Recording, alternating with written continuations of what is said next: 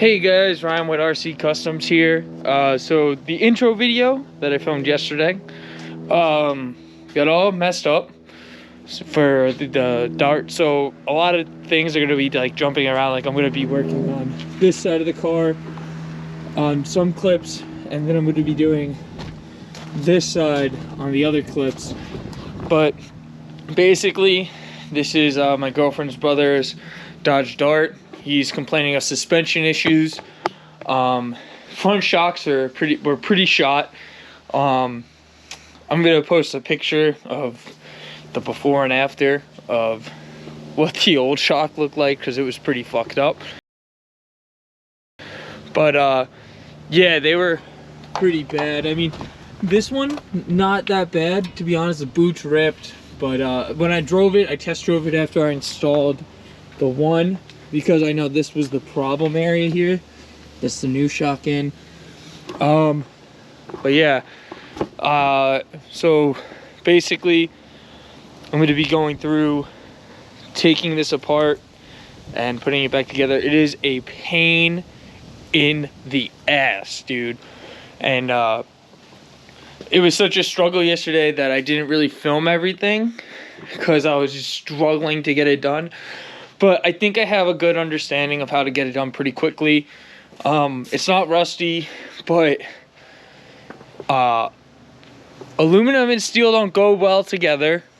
And that's what this is. This is aluminum knuckles and housings and control arms with steel bolts. So, you know, that's fantastic. And you also have like steel shock. Like, what? Come on, dude. Like, that's first grade, first year engineering shit. That shit doesn't go together. So I don't know who gave the thumbs up for that one, but they really dropped the ball. But yeah, we're gonna get going on this. I'm gonna record me doing the other side. I have some clips of me doing this side, but mostly we're gonna be working on this side now. But yeah, the shocks come. You got the shocks that are preloaded, so they have the spring on them, so I don't need to use a spring compressor, which is very nice. And unfortunately, I'm not going to be able to work on the Mustang. I'm getting called out to go to work again, to go back out on a ship. So I'm going to be away for a bit, so I'm going to button up the Mustang as best I can to protect it, because it's winter and I want to protect it from the snow. But yeah, unfortunately, that's going to be on hold for a bit. Super unfortunate. Yeah, it just sucks. It really sucks. At this point, like, I put so much work into it. I really want to keep the 2-valve motor, but I'm pulling the motor.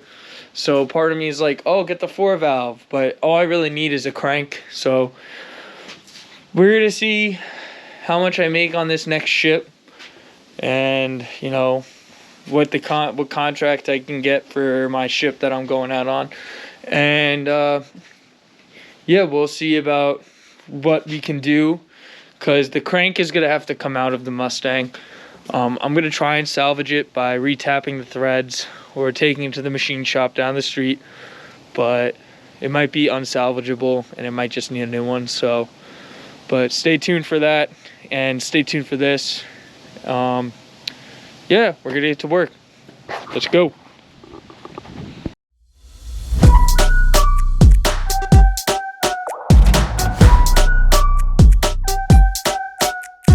Max power, I'm about to go, we're doing better. If I ever lose, set it on faster than ever. If I ever lose, set it on, we're doing better. Hitting all the goals I can. Bigger, bolder, faster. I'm going to the maximum. I'm going to the maximum. I'm going to the maximum. I'm bigger, bolder, faster. I'm going to the maximum. I'm going to the maximum.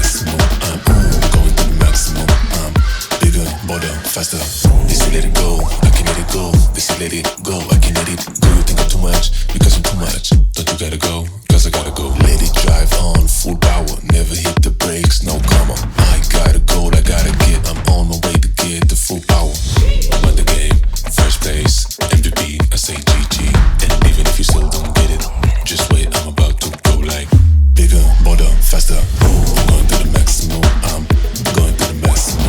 I'm going to the maximum. I'm bigger, bolder, faster. I'm going to the maximum. I'm going to the maximum. I'm going to the maximum. I'm bigger, bolder, faster.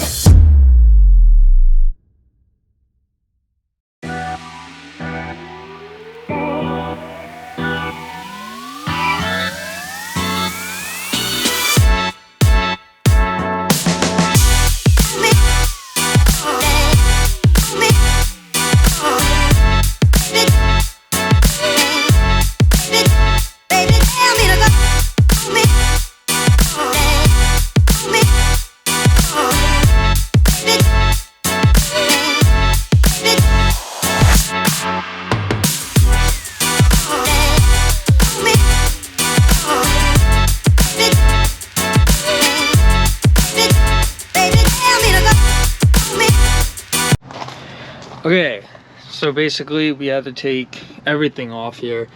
So we got the tie rod out, sway bar and link, brake pads off, we got the brake hanging there, the pinch bolt in the back. Now we're going to hammer out the lower control arm bolt to disconnect that, and then we will be taking off the CV axle nut and removing this whole situation here. But yeah, I mean, after that it's pretty straightforward. We got to hammer this down to get it out.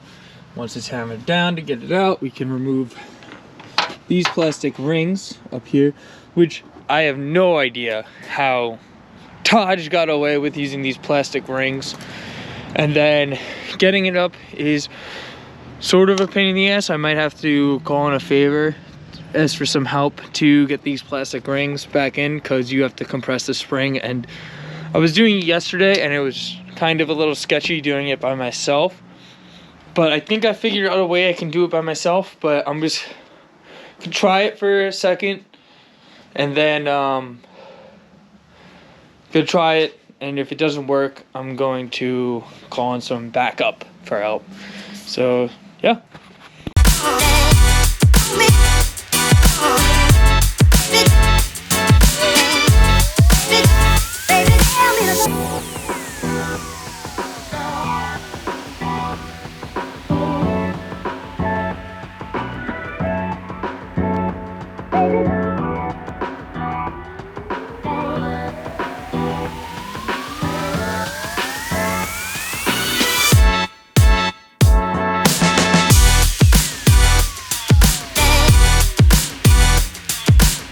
Alright, so we basically got everything apart. Just need to remove the lower control arm from the upper control arm here, take the CV axle out, and yeah, then we can start hammering the shit out of this upper control arm, knuckle, whatever you want to call it, to get it out.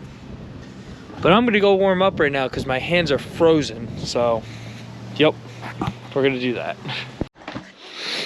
Okay, with much struggle, not really, kinda, I was able to get the lower control arm out. CV axle easily came out, super easy, super clean. But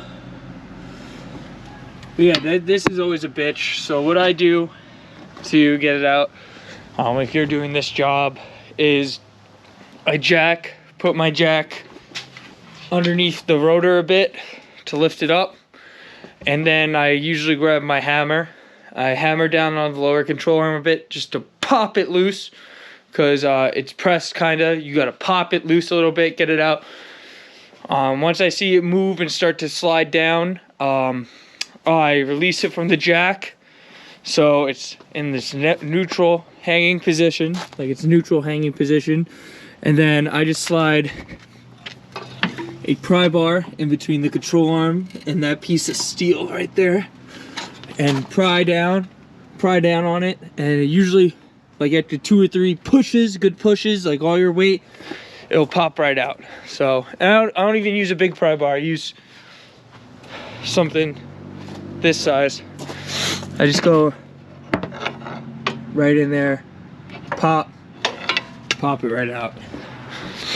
But yeah, definitely you're gonna need to jack that up though a little bit to put some pressure on the shock and raise it up a little bit and hit it with the hammer to get it popped and start going. If you just try and pry on it, you're not, unless you're Hercules or unless I'm just weak, you're really not gonna get enough force to pop it out. So we're at a good break point right now, so I'm gonna take a little break. I'm gonna go grab something to eat, and then we have to hammer on this to slide this out, and then we could take those plastic rings out.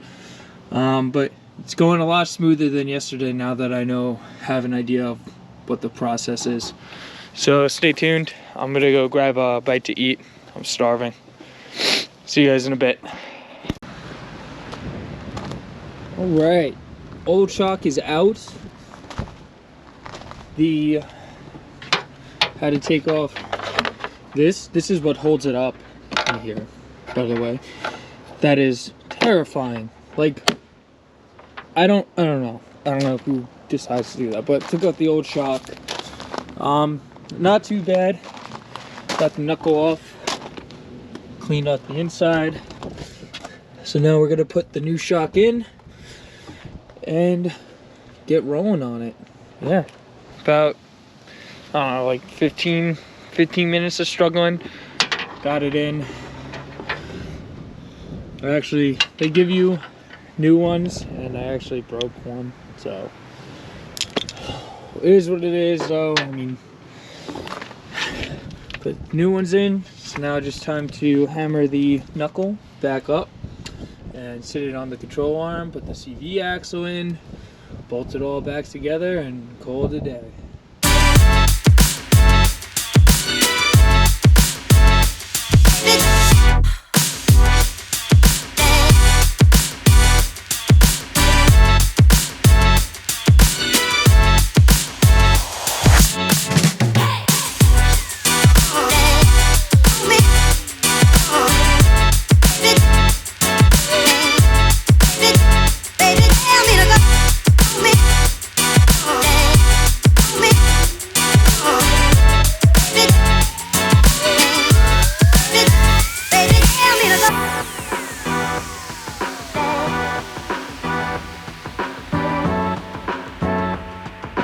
Okay, so we finally got it.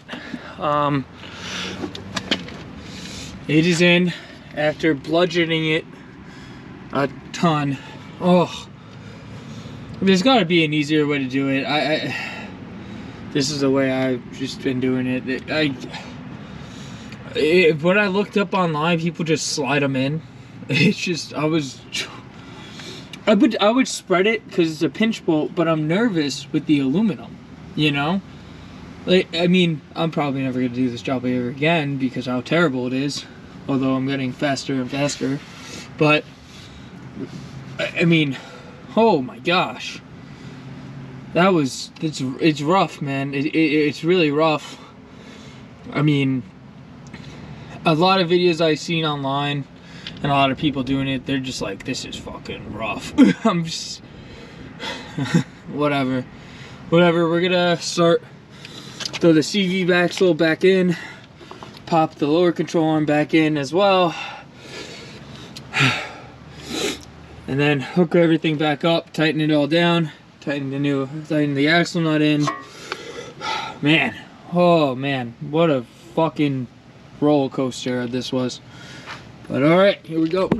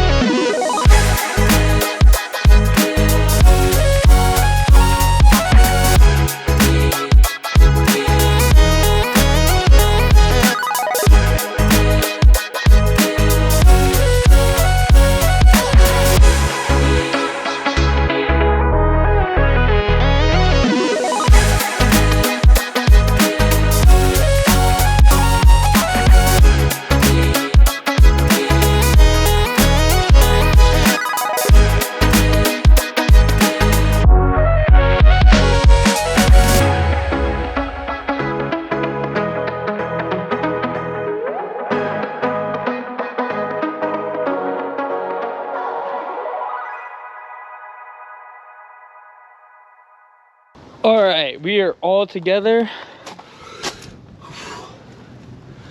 Everything is connected, everything is tight, axle nut is tight. See the rotors, gotta get tightened up with the lugs and everything like that, but we are good to go so far. Let's put the cap here. Okay, so all we gotta do, put the wheel on, and that's it. So I'm gonna jack the car up a little bit more to help me put the wheel on. We're gonna put the lugs on, and yeah, call it a day. Basically everything I did on this side, I did exactly on this side yesterday. It was just messed up in the recording. The recording got messed up, but yeah, basically everything that I did got done on the other side. These shocks, pain in the ass. I've never dealt with anything like that before. Super complicated, super hard. Once I figured it out, kind of though, it went really, like today, it went really smooth. I think I did these in like 2 hours, so I don't know if that's considered good or bad, but I'm considering it better than yesterday, because yesterday I was struggling hard, and yeah, so we're gonna give him a call, and we're going to let him know that his car is basically done, and I'm going to take it on a test drive, and we will go from there. Yeah, once I get the wheel on, I'll see you guys in a bit. Hey guys, welcome back. So I just took it on like a 40-minute test drive. Seems pretty good. It definitely needs an alignment, and it definitely needs to get its tires balanced. I mean, it totally needs a new front tire, this car, so, but yeah, it still has high speed shake, so it needs a new balance. It needs to get rebalanced, or there's a dent or imperfection in the rim. But besides that, there's no more loud clunking in the front, and however, I did hear some rattling from the back, so it will probably need rear shocks at some point. So I'm gonna get him on that. But as of now, we're pretty much done. So thanks for watching, and I'll see you guys next time. Peace.